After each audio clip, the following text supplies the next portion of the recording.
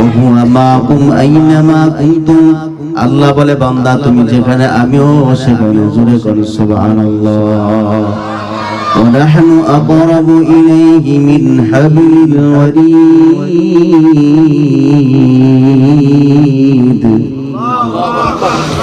ওয়া নাহনু আকরাবু ইলাইহি মিন হাবলিল ওয়ারিদ।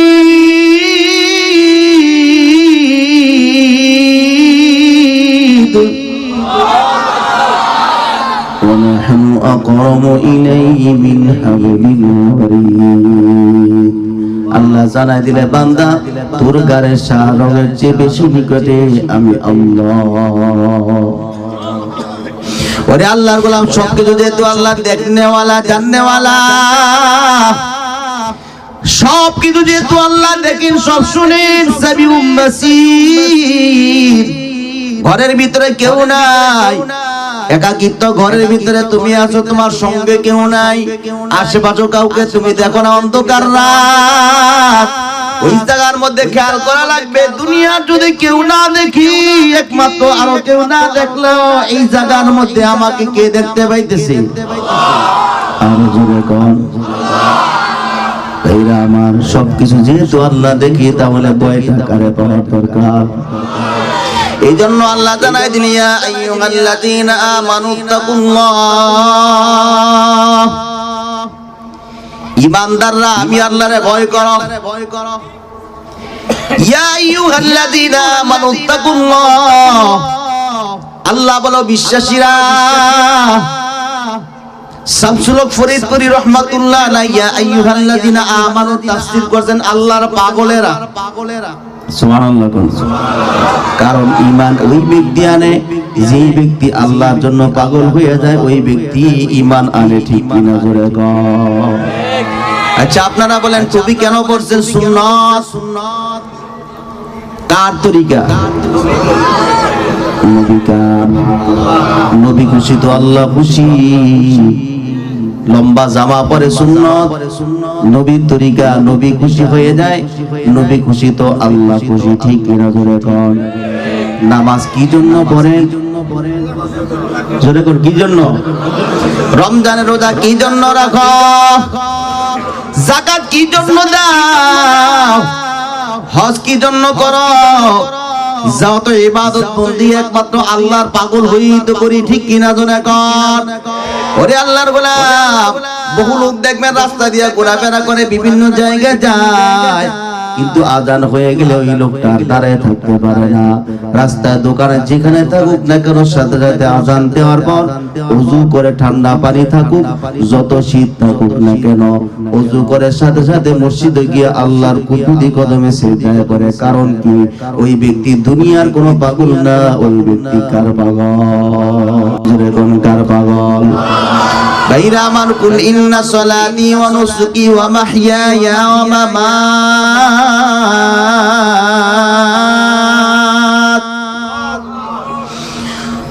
কুল ইন্না সলাতি ওয়া নুসুকি ওয়া মাহইয়ায়া ওয়া মামাতি লিল্লাহি রাব্বিল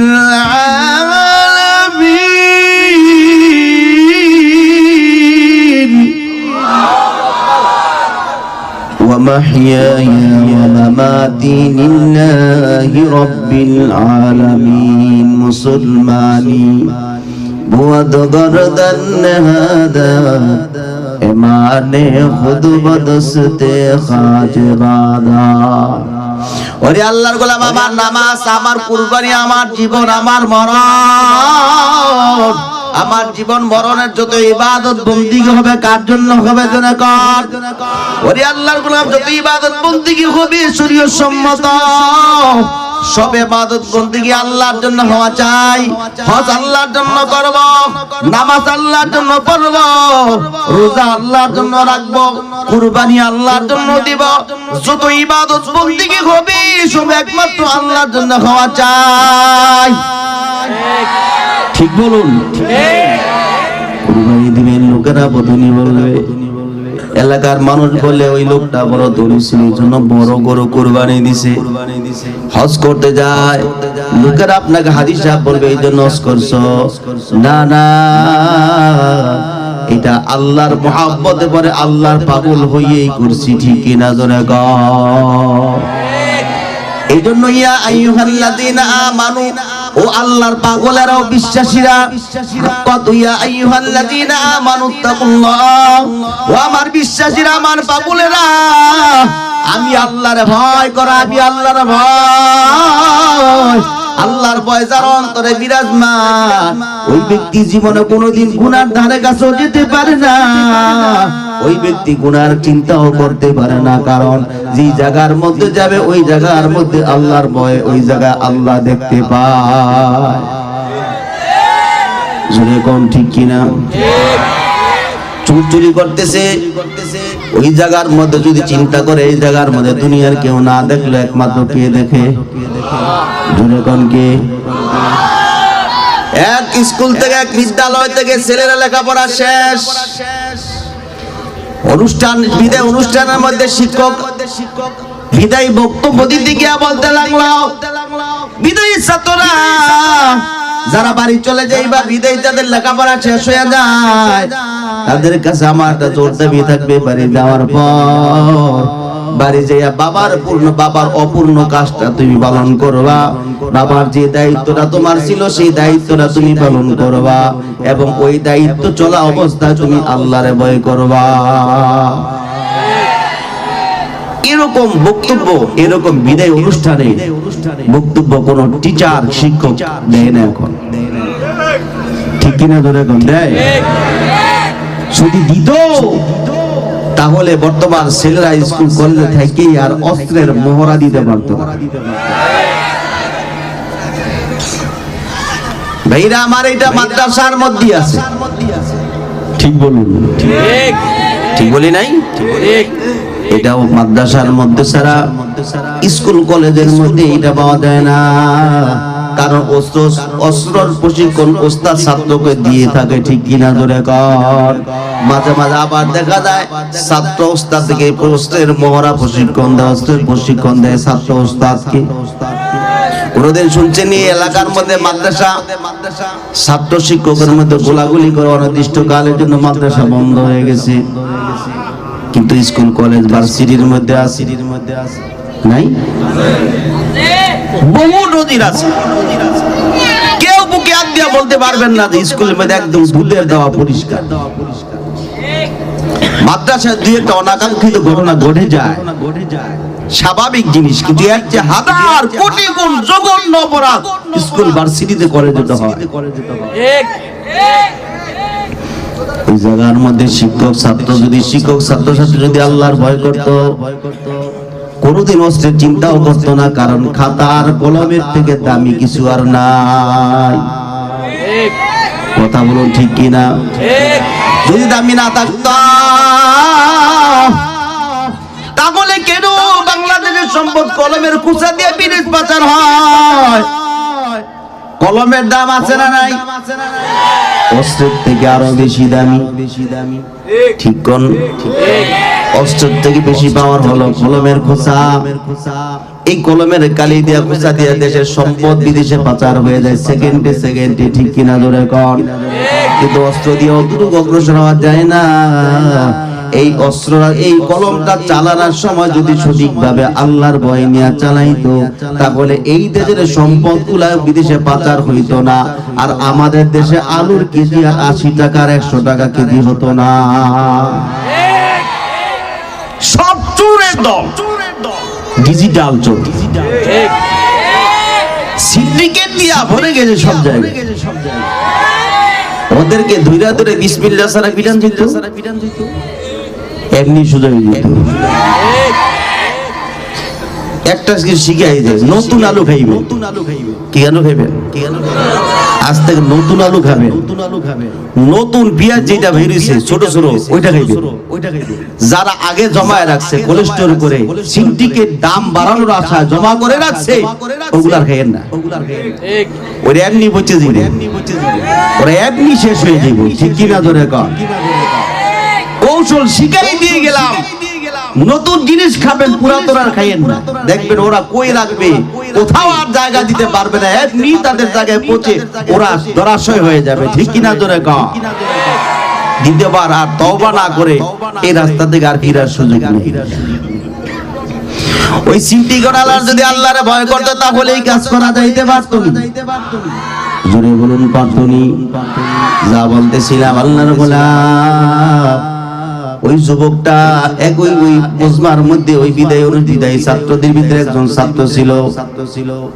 এতিম ছাত্র, তার বাবা নাই।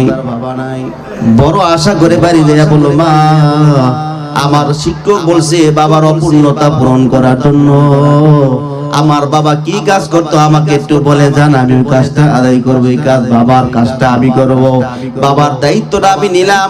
বাবা যে ব্যবসা করতো, যে চাকরি করতো, আমি ওই কাজটাই করব। তবে ওই কাজের ভিতরে আমি আল্লাহর ভয় থাকবি রে মা। আপনি বলুন বাবার কাজটা কি ছিল? এবার মা জবাব দেয়, না বাবা, তোমার বাবার এই কাজ তোমার দ্বারা মানাবে না। তোমার বাবা এমন এক কাজ করছে সমাজের মধ্যে ঘৃণিত কাজ, এইটা মানুষকে বলা যাবে না। ছেলেটা জবাব দেয়, মা তুমি যদি না বলো তাহলে আমি অবশ্যই খুঁজে বের করবো বাবা কি কাজ করছে। ছেলের আওয়াজ, ছেলের অনেক অনুনয় বিনয়ের পর মা জবাব দিয়া বলতে লাগলো, তোমার বাবা চুরি করতো, চুরি এলাকার বিভিন্ন জায়গায় ঘুরে ঘুরে চুরি করতো। তোমার বাবা হাটে বাজারে চুরি করতো। ছেলে বলল, মা আমি ওইটাই করবো, আমি ওইটাই করবো। তো ওই কাজের মধ্যে আল্লাহর ভয় থাকে। সুবহানাল্লাহ কোন মা তো চুপ করেছে, কি কইরা এতদিন লেখাপড়া করে আনলাম, ছেলেবেলে চুরি করবো, আবার আল্লাহর বেলা ভয় করবো। পরের দিন সকাল রাতের বেলা চুরি করার জন্য বের হয়ে গেছি। রাস্তা দিয়ে রওনা করতেছি, চলা অবস্থায় হাঁটতেছে আর হাঁটতেছে, যখন যে বাড়িতে চুরি করার জন্য ঢুকবে, ঢুকার সময় মনে হয়ে গেল দুনিয়ার কেউ দেখে না, আমারে তো আল্লাহ দেখতেছি। আর জোরে কন্যা সুবহানাল্লাহ। ভাইরা আমার, ঘরের হিন কাটবে, বেলা খুলছি, ঢুকবে। ওই জায়গার মধ্যে যুবক চিন্তা করলো, দুনিয়ার কেউ যদি না দেখি, এই জায়গার মধ্যে আমার আল্লাহ দেখতেছে, আমি তো আল্লাহরে ভয় পাই। এই চিন্তা দিয়ে করে ছেলে চুরি না করে আবার বাড়ি চলে এসেছে। পরের দিন আবার চুরি করার জন্য বের হয়ে গেল। রাস্তা দিয়ে হাঁটতেছে হাঁটতেছে, মসজিদে চলে যাবে চুরি করার জন্য। মসজিদে ঢোকার আগে মনে হয়ে গেল এটা তো আল্লাহর ঘর, আমি তো আল্লাহরে ভয় করি, কেমনে আবার চুরি করা যায়? জোরে করুন সুবহানাল্লাহ। কয়েকদিন করে খালি হাতে ফিরে আছে, কিন্তু কোনো কাজ নাই। একদিন ঘুরতে ঘুরতে গভীর রাত, এলাকার ভিতর সবচেয়ে বড় রেস্টুরেন্ট, হোটেলের দরজা ভাঙিয়ে তালা ভাঙিয়ে ভিতরে ঢুকছে। টাকার বান্ডিল গুলো অনেকগুলো দেখছি, দেখিয়া টাকাগুলা কাগজ দিয়ে বেঁচে পকেট নিবে। তখন মনে হয়ে গেল আমি যে টাকা নিয়ে যাব হোটেলের মালিকের, এই মালিকের সম্পূর্ণভাবে সঠিকভাবে যাকাত আদায় করে কিনা আমার দেখার দরকার। কার টাকা চুরি করে নিয়ে যাব? গরিবের টাকা না এই হোটেলের মালিকের টাকা নিয়ে যাব? চিন্তায় পেরেশান হয়ে যায়। এবার খাতার, তার যে মনিটর খাতা ছিল, টালি খাতার মধ্যে হিসাব করতেছেন, দেখতেছেন এই বাদশা এই হোটেলের মালিক ঠিকমতো টাকা আদায় করছে কিনা। তো হিসাবের খাতার মধ্যে লেখা থাকবে। খুঁজে খুঁজে বের করতে করতে হিসাব করে দেখলো এই হোটেলের মালিক 4 বছর ধরে কোনো যাকাত দেয় না। আল্লাহু আকবার কর না কেন? এবার তারা আইবে হিসাব করতে করতে যাকাত এত টাকা হইছে, হোটেলের মালিকের এত টাকা রয়ে গেছে। হিসাব করতে করতে তাকায় দেখতে পাইলো ফজরের সময় হয়ে গেছে। জোরে কর আল্লাহু আকবার। এখন হোটেলের মধ্যে কেউ নাই। আল্লাহর গোলাম কানের মধ্যে আঙ্গুল দিয়া ওই হোটেলের ভিতরে আল্লাহু আকবার আল্লাহু আকবার আযান শুরু করে দিয়েছে। জোরে কর সুবহানাল্লাহ। যেহেতু ফজরের সময় হয়ে গেছে, আযান দেওয়া শুরু হয়। ওই যুবকটা আযান দেওয়ার পর হোটেলের মালিক তার দোতলা থেকে নিচে নেমে দৌড়ে আসলো। আমার হোটেলের মধ্যে আবার কে আযান দেয়, একটা নজর দেখে আসি কে ঢুকলো আমার হোটেলের মধ্যে। হোটেলের মালিক এবার হোটেলের মধ্যে ঢুইকা তাকায় দেখতে পেল এক যুবক, টকবক এক সুদর্শন যুবক দাঁড়িয়ে দাঁড়িয়ে আযান দিতেছে। আযান দেওয়ার পর যুবককে ধরে বলতে লাগলো, কে তুমি? কেন আমার হোটেলের মধ্যে ঢুকছো? কি জন্য ঢুকলা? কেন আবার হোটেলের মধ্যে দাঁড়া আযান দিতেছো? তাই তো আযানের জায়গা নয়। ওই যুবক বলতে লাগলো, আমি তো কোনো আযান মুয়াজ্জিন না, আমি অন্য কোন সাধারণ মানুষ না, আমি হলাম চোর, আমার বাবা চোর, চুরি করার জন্য ঢুকছিলাম। ঢুকার পর যখন টাকাগুলো আমি নিয়ে যখন বের হয়ে যাব, তখন চিন্তা করলাম এই হোটেলের মালিক সম্পূর্ণভাবে সঠিকভাবে যাকাত দেয় কিনা। এবার তোমার হিসাব করতে গিয়ে দেখলাম 4 বছর যাবত তুমি যাকাত দাও না। হিসাব করতে করতে ফজরের আযান হয়ে গেছে। চিন্তা করলাম যেহেতু আযানের সময় হয়ে গেছে, আমি আযান দিয়ে নামাজ পড়ে এখান থেকে বের হয়ে যাব। কে তুমি? তোর এই জায়গার মধ্যে আসছো? যুবকের প্রশ্নের জবাবে হোটেলের মালিক বলল, আমি হলাম এই হোটেলের মালিক। এবার যুবক ভয়ে থরথর করে কাঁপতে লাগলো। ঠিক আছে, আপনি যেহেতু হোটেলের মালিক, চাইলে আমাকে পুলিশে দিতে পারো, চাইলে আমাকে মারতে পারো, পরে করো। আযান যেহেতু দিছি, তাহলে চলো দুইজনে মিলে নামাজ আদায় করে নি। হোটেলের মালিক বলতে লাগলো, আমি তো জীবনে মসজিদে যাই নাই, যাও ওযু করে আসো, নামাজ পড়ে নে। এবার দুইজন ওই হোটেলের মালিক দৌড়ে গিয়ে ওযু করে না, ওযু করার জন্য উপরে চলে যায়। ওযু করে আসার পর যুবককে বলতে লাগলো, যুবক হোটেলের মালিককে বলতে লাগলো, তাহলে তুমি আযান দিছো যেহেতু নামাজ পড়াও। ওই যুবক চোর বলতে লাগলো, আপনি হোটেলের মালিক, আপনি নামাজ পড়ান, আমি তো চোর। এবার হোটেলের মালিক বলতে লাগলো, জীবনে কোনোদিন মসজিদে যাই না, তাহলে আমি কিভাবে নামাজ আদায় করব? তুমি যেহেতু আযান দিয়েছো, তুমি ইমামতি করো, আমি পিছনে দাঁড়ায় যাই। জোরে করো আল্লাহু আকবার। এরে আল্লাহর গোলাম, হোটেলের মালিক এবার পিছন দিক থেকে নামাজও দাঁড়ায় দাঁড়ায় চিন্তা করে, যুবক, এই যুবক চাইলে রাতের বেলা টাকা নিয়ে পালাইতে পারত, কিন্তু পালাই নাই কেন? আযানের সময় হয়ে গেছে, নামাজ পড়বে, এটা আবার কেমন চোর? হোটেলের মধ্যে আযান দেয়, এই লোকটা আবার কেমন চোর?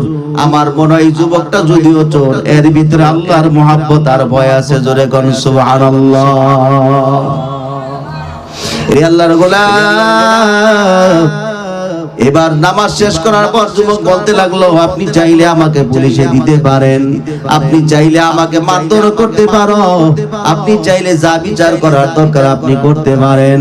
যুবক বলতে লাগলো, এই কথা বলার পর হোটেলের মালিক জবাব দেয়, তাহলে তুমি কিছুক্ষণ এখানে অবস্থান করো, আমি আমার বিবি থেকে জিজ্ঞাসা করে আজ তোমার বিচার কি হবে। এই কথা বলে হোটেলের মালিক উপরে চলে যায়। যাইয়া বলতে লাগলো, বিবি, হোটেলের মধ্যে এমন একজন যুবক আসছে, যে যুবকটা হোটেলের মধ্যে চুরি করতে আইসা ওই হোটেলের মধ্যে হিসাব কিতাব করতে গিয়ে দেখলো আমি 4 বছর ধরে যাকাত দেই না। ওই যুবকটা 4 বছর হিসাব করে দেখলো 4 বছর একটা টাকাও যাকাত দেই নাই। হিসাব করতে করতে ফজর আযান হয়ে গেছে, আযান দিয়ে নামাজ পড়লাম। ও বিবি, আমাকে তো আল্লাহ একটা কন্যা দিয়েছে, একটা মেয়ে দিয়েছে, আমার মেয়ের জন্য একটা সুভদ্র, একটা ভালো একটা পাত্র খুঁজতেছি। আল্লাহর ভয় কন্যাওয়ালা একজন, আমানতদার একজন, জিম্মা একজন, আল্লাহর পরেজগার বান্দা খুঁজতেছিলাম। আমার মনে হয় ও বিবি আমার, তোমার যদি কোনো অমত না থাকে, এই যুবকের মতো আল্লাহ বিরু লোক আর দুনিয়াতে আমি আর কাউকে দেখি না। ও বিবি, তুমি যদি চাও এই যুবকের সাথে আমার মেয়ের বিবাহ দেই। জোরে কোন আল্লাহু আকবার। বিবি খুশি হয়ে যাওয়ার পর বলতে লাগলো, ঠিক আছে আমি রাজি, যাও। যুবককে যাইয়ে বলতে লাগলো, তোমার একটা বিচার, সেটা হলো তুমি আমার মেয়েকে যদি বিবাহ করো, তাহলে তোমার বিচার এইখানে শেষ হয়ে যাবে। যুবক চিন্তা করতে লাগলো, যদি আল্লাহর ভয়ের কারণে যদি এই অবস্থা হয়, দুনিয়াতে যদি এমন রেজাল্ট পাওয়া যায়, তাহলে আল্লাহর ভয়ে যদি সারা জীবন দিয়া কাটায়, তাহলে দুনিয়া ও আখিরাতে কল্যাণ আল্লাহ দান করবে। ঠিক কিনা জোরে কর। এই জন্য কারে ভয় করা লাগবে? জোরে বলুন কারে ভয় করা লাগবে? ও আমার যুবক ভাই, বৃদ্ধ বাবারা, যারা গুনাহ করতে করতে আল্লাহর মুহাব্বত অন্তরে নাই, গুনাহ করতে করতে গুনার পাহাড় বানায় ফেলাইছো, এত গুনাহ করছো, আল্লাহর ভয় না থাকার কারণে গুনাহ করতে করতে এত ভয় না বানাইলা। আল্লাহর ভয় যদি অন্তরে বিরাজমান করতে পারো, তাহলে তোমার মতো দামি পুরুষ আর দুনিয়াতে কেউ নাই, ঠিক কিনা জোরে কর। ওরে আল্লাহর গোলাম, আল্লাহর ভয় সর্বাবস্থায় বিরাজমান চাই। আল্লাহর মুহাব্বত, আল্লাহর ভয় এত দামি মানুষকে করে দি। আল্লাহর মুহাব্বত আর ভয়ের কারণে মানুষ আল্লাহমুখী হয়ে যায়, গুনার কাজ ছেড়ে দেয়। আল্লাহর ভয়ের কারণে মানুষ গুনার কাজ ছেড়ে দেওয়ার কারণে আল্লাহর সাথে তার মিলন হয়ে যায়, আল্লাহর সাথে গভীর সম্পর্ক তৈরি হয়ে যায়। যত বড় আল্লাহর ওলি হইছে না কইছে কেন, সব আল্লাহর ভয় ছাড়া, আল্লাহর মুহাব্বত ছাড়া কেউ আল্লাহর ওলি হতে পারে নাই, ঠিক কিনা জোরে কর। আল্লাহর গোলাম, এই জন্য আল্লাহর ভয় সর্ব অবস্থায় বিরাজমান থাকা চাই, ঠিক কিনা জোরে কর। এমপি মন্ত্রী যারা আছে, ক্ষমতার যারা দাপট দেখায়, তাদের ভিতরে যদি আল্লাহর ভয় থাকতো, একজন মানুষ আবার আরেক মানুষের উপরে, এক দলের নেতার আদর্শকে বাস্তবায়ন করতে গিয়া আরেক দলের নেতার আরেক দলের মানুষের উপরে হামলা করতো না, ঠিক কিনা জোরে কর। ঠিক বলি নাই? কষ্ট হইতেছে আপনাদের? এই আল্লাহর গোলাম, আল্লাহর ভয়ের কারণে মানুষগুলা গুনার কাজ ছেড়ে দেওয়া সহজ হয়ে যায়, ঠিক কিনা জোরে কর। তিন ব্যবসায়ী একসাথে রওনা করছে ব্যবসা করার উদ্দেশ্যে। সূরাতুল কাহফের মধ্যে ঘটনা আসছে, যাদেরকে বিশ্বের ইতিহাসের মধ্যে আসহাবে রকিম বলা হয়। তিনজন যুবক রওনা করছে, চলতে চলতে বহুদূর যাওয়ার পর ঝড়ের কবলে পড়ে আশ্রয় নেওয়ার জন্য পাহাড়ের গর্তের ভিতরে ঢুকে যায়। ঢুকার পর যে গর্তে আশ্রয় নিয়েছিল, ওই গর্তের মুখটা একটা পাথর আইসা বন্ধ করে দিলেন। শ্বাসরুদ্ধকর অবস্থা, গর্তের ভিতর থেকে বের হবে সুযোগ নাই, 1 ইঞ্চি দিয়া আলো ভিতরে ডুবে সেই সুযোগও নাই। তিনজন পেরেশান হয়ে যায়, আল্লাহর মুহাব্বতে পড়ে আল্লাহকে ডাকতেছে, আল্লাহ তুমি আমারে বাঁচাও, এই গর্তের ভিতরে তুমি সারা দুনিয়ার কোনো শক্তি নেই গর্তে থেকে বের হওয়ার। টকবগে তিনজন যুবক গর্তের ভিতর থেকে বের হওয়ার জন্য গর্তের মুখের মধ্যে যত ধাক্কাই দেয়, পাথরে 1 ইঞ্চিও নাড়াইতে পারে। আল্লাহু আকবার কর না কেন? কারণ মৃত্যু দেনেওয়ালাকে, হায়াত দেনেওয়ালাকে। ভাইরা আমার, জীবন এবং মরণের যতটুকু সময় তুমি পাও, ওই সময়টার মধ্যে আল্লাহর ইবাদত করার জন্য আল্লাহ দুনিয়াতে আপনাকে আমারে পাঠাইছে। এই সময়ের ভিতরে কাউকে ভয় করা চলবে না, একমাত্র ভয় আল্লাহরই পাওয়া লাগবে। যেহেতু আল্লাহ আপনার হায়াত দিয়েছে, আবার মরণ আল্লাহই দিবে। দুনিয়ার মানুষ কষ্ট দিতে পারবে, কিন্তু কেউ আপনাকে মৃত্যু দেওয়ার ক্ষমতা কারো নাই, ঠিক কিনা জোরে কর। ওরে আল্লাহর গোলাম, যা বলতেছিলাম, তিনজন যুবক মিলে দোয়া করতেছে, আল্লাহ এই পাহাড়ের মধ্যে গহীর অরণ্যের ভিতরে গর্তের মধ্যে কেউ নাই, আমাদের বিশ্বাস তুমি ছাড়া এই জায়গার মধ্যে এই মুসিবতের ভিতরে কেউ আমাদেরকে দেখবে না, তুমি আছো। আল্লাহর কাছে এক একজন করে দোয়া করতেছে, আল্লাহ এক একজন এক এক আমল, ভালো ভালো আমল মনে করে করে দোয়া করতেছি, আল্লাহ এই আমলের বরকতে এই মুসিবত থেকে বাঁচাও। জোরে করে আল্লাহু আকবার। একজন যুবক বলতে লাগলো, আল্লাহ আমার বাগানের পরিচর্যা করার জন্য বদলি নিছিলাম, কর্মী নিছিলাম। বদলা নেন আপনাদের এলাকায়? খেতে বাগানে কাজ করার জন্য। এই বাগানে বদলিটা কাজ করে যাওয়ার সময় অন্য বদলিরা কাজের পারিশ্রমিক নিয়ে গেছে, কিন্তু একটা পারিশ্রমিক না দিয়ে চলে গেছে। ওই টাকাটা আমি অন্য জায়গায় খরচ না করে ওই টাকা দিয়ে আমি একটা বকরি কিনছিলাম। ওই বকরি দিয়া ওই বকরি থেকে বাড়তে বাড়তে আরো কিছু বকরি হয়েছে, এখান থেকে বাড়তে বাড়তে অসংখ্য বকরি হয়ে গিয়ে এটা বিক্রি করে আবার ওট কিনলাম। ওট বাড়তে বাড়তে অনেক ওট হয়ে গেছে, দুম্বা হয়ে বিশাল বড় বকরির পাল, বেড়ার পাল হয়ে গেছে, দুম্বার পাল, ওটনির পাল হয়ে গেল। অনেক বছর পর ওই বদলি কর্মীটা এসে বলতে লাগলো, বাগানের মালিক আপনি আমার পারিশ্রমিকটা দিয়ে দেন। অনেক বছর পরে আর চিনিতে খেয়াল ছিল না, ওই দিন চলে গেছে তারা ওড়ায়। এবার বাগানের মালিক বলতে লাগলো, যে বকরির পাল আর উটের দুম্বার পাল দেখছো, এটা তোমার পারিশ্রমিক। লোকটা মুচকি হাসি দেয়া বলতে লাগলো, আপনি কি আমাদের সাথে ঠাট্টা করতেছেন নাকি? লোকটা জবাব দেয়, না না, ঠাট্টা করি না, আসলেই তোমার এই থেকে পারিশ্রমিক তুমি নিয়ে যাও। আল্লাহর কসম দিয়া যুবক বলতে লাগলো, ওই যুবকটা কিছু না বলে সব বকরির পাল নিয়ে গেছে, ও দুম্বার পাল নিয়ে গেল। আমাকে একটা বকরিও দেয়া যায় না, একটা উট নিয়েও দেয় না। আল্লাহ, দুইটা আমলটা যদি তোমার সন্তুষ্টের জন্য হয়, এই আমলের বরকতে এখান থেকে বের হওয়ার মতো সুযোগ করে দাও। এটা বলার পরে দেখা গেল পাথরের মুখের গর্তের মুখ থেকে পাথরটা হালকা একটু সরে গিয়ে আলো বাতাস ঢোকা শুরু হয়েছে। জোরে কোন আল্লাহু আকবার। ওই জায়গার মধ্যে কেউ ছিল না, তিনজন ছাড়া। সাথে ছিল কে? আরো জোরে কোন কে? আল্লাহ বলে, বান্দা তুমি যদি মনে করে একা চলতেছো না,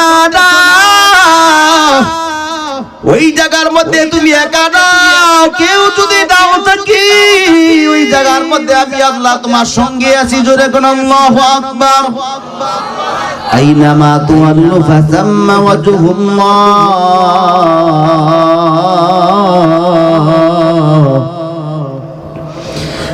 আইনামা তুওয়াল্লু ফাসাম্মা ওয়াজহুল্লাহ,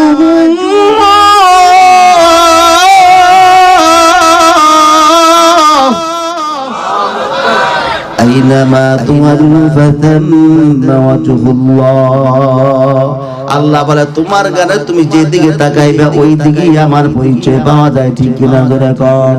গাছের দিক যদি তাকাও রে আল্লাহর গোলাম, গাছের দিকে তাকাইলে আল্লাহর পরিচয় পাওয়া যায়। নদীর পানির দিকে তাকায় আল্লাহর পরিচয় পাওয়া যায়। মাছের দিকে যদি তাকাও আল্লাহর পরিচয় পাওয়া যায়। যেদিকে তাকাও না কেন আল্লাহর পরিচয় ছাড়া কোনো পরিচয় নাই। ঠিক কিনা জোরে কোন? এই জমিনটা সুন্দর করে কে বানাইছে? আরো জোরে কোন কে বানাইলো? এই গাছটাকে এত সুন্দর করে বানাইলো। আপনি ছোট ছোট দান লাগাইছেন, 28 দান লাগাইছেন। আল্লাহ 28 দানে দিছে। যেই কালারের যতটুকুন লম্বা লাগাইছা, অতটুকুন লম্বা ওই ইঞ্চি, অতটুকুন কালার ওই কালারে আল্লাহ আবার দান দিয়েছে। ঠিক কিনা জোরে কোন? কখনো তো এরকম হয় না 29 লাগাইছেন 28 দিয়েছে, 28 লাগাইছেন 29 দিয়েছে। ঠিক কিনা জোরে কোন?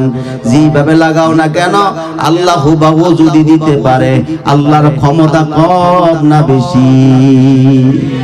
আরো জোরে কোন? কম না বেশি?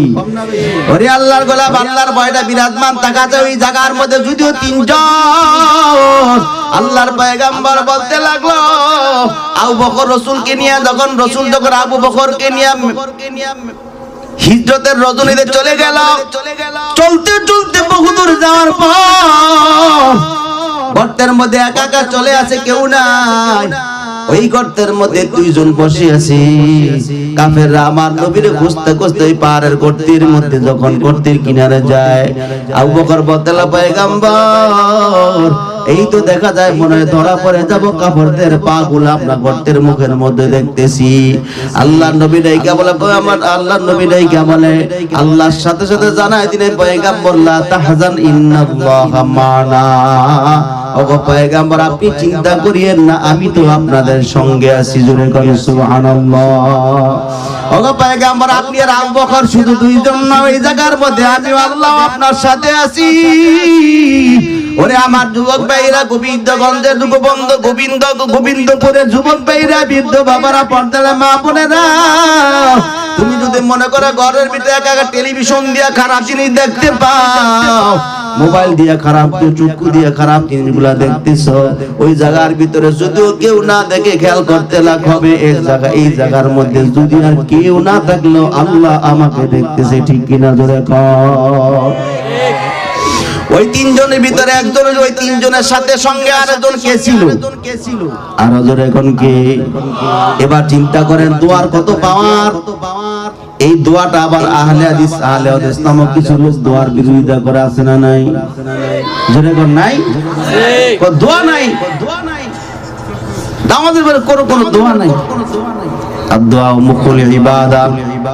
দোয়া হলো ইবাদতের মগজ, মূল জিনিস। আল্লাহর জন্য ইবাদত করছেন আল্লাহর সন্তুষ্টির জন্য, তাহলে আল্লাহর কাছে যদি অন্তর খুলে না চাইতে পারে তাহলে কার কাছে যাবো? কথা হয় না, কি ঠিক? আল্লাহর কাছে চাইতে ঠিক কিনা দূরে কর। আল্লাহর কাছে চাওয়া লাগবে। তিনজনের ভিতরে একজন বলতে লাগলো, আল্লাহ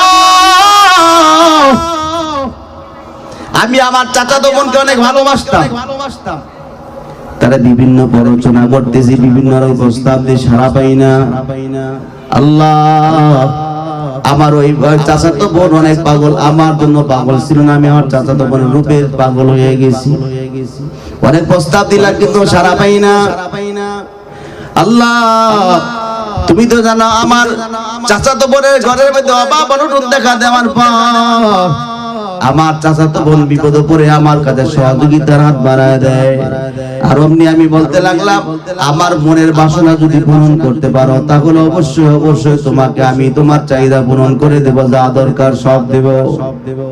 বোন আমার প্রথম দিন চলে যায়, পরের দিন আবার আসলো, একই প্রস্তাব দিলাম, চলে গেল। আবার তৃতীয় দিন আসলো, আসার পর বলতে লাগলো তোমার প্রস্তাবে রাজি, আগে যা যা আমার যা দরকার সবকিছু আগে দিয়ে দাও। আমি আমার চাচাতো বোনকে যা দরকার সব দিয়ে দিলাম, আর তাকে সময় নির্ধারণ করে দিলাম, অমুক সময় আমার সঙ্গে দেখা করার জন্য সময় নির্ধারণ করে দেওয়ার পর যুবক বলতে লাগলো, আল্লাহ আমি যখন নিজের খায়েশাতে নকশানিয়াত পূরণ করার জন্য আমার চাচাতো বোনের ওর উপরে উঠিয়া যায়, তখন আমার চাচাতো বোন চিৎকার দিয়া বলতে ইত্তাকুল্লাহ, ও যুবক তুমি আল্লাহরে ভয় করো, ও আমার যুবক ভাই তুমি আল্লাহরে ভয় করো।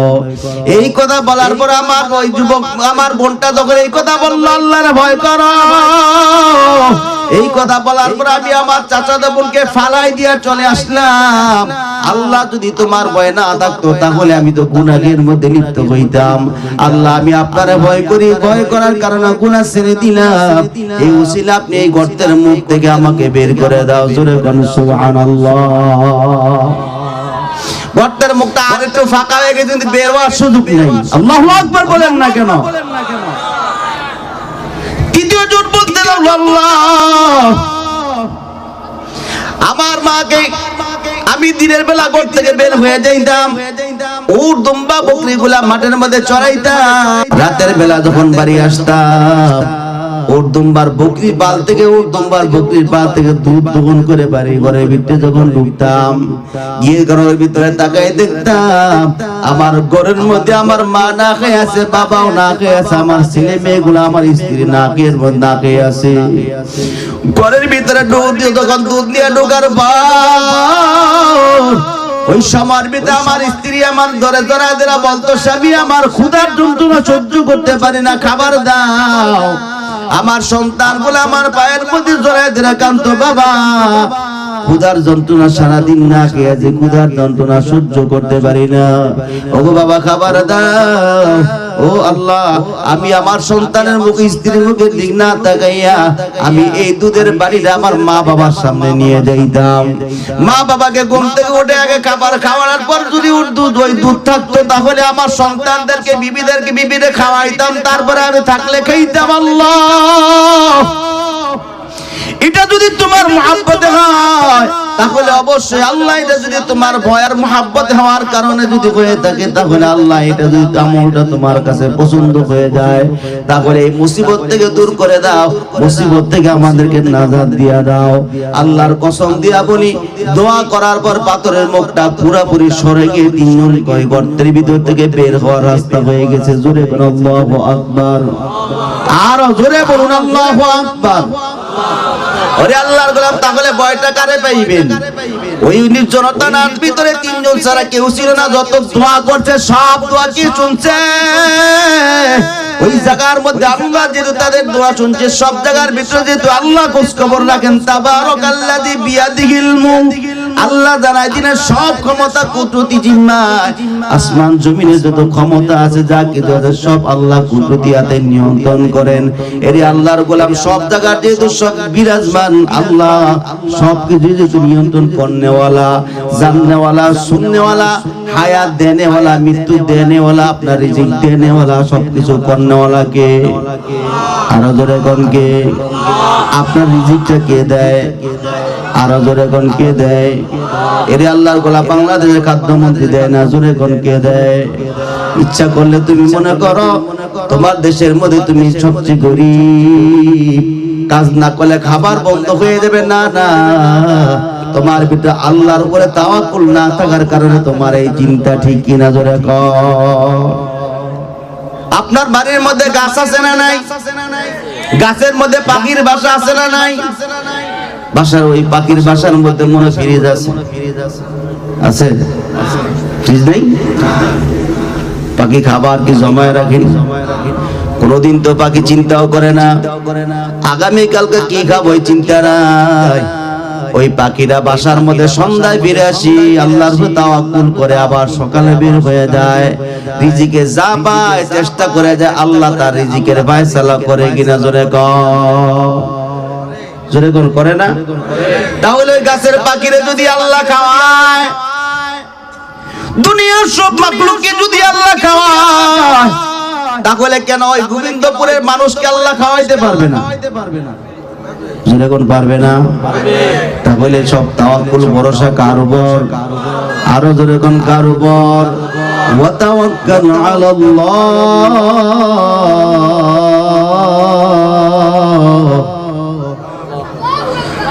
ওয়া তাওয়াক্কাল আলাল্লাহি ওয়া কাফা বিল্লাহি ওয়াকিলা।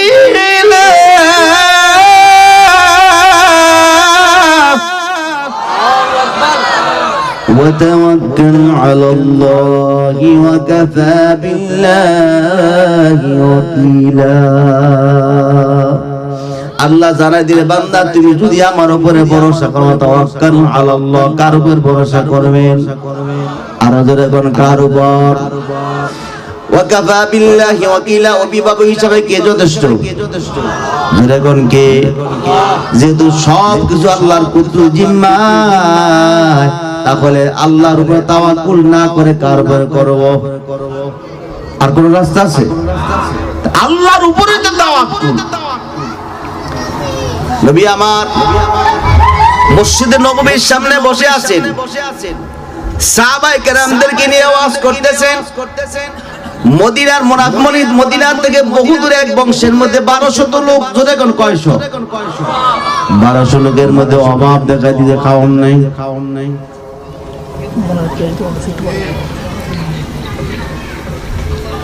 1200 লোকের মধ্যে খাবার নাই, অভাব অনটন দেখা দিল।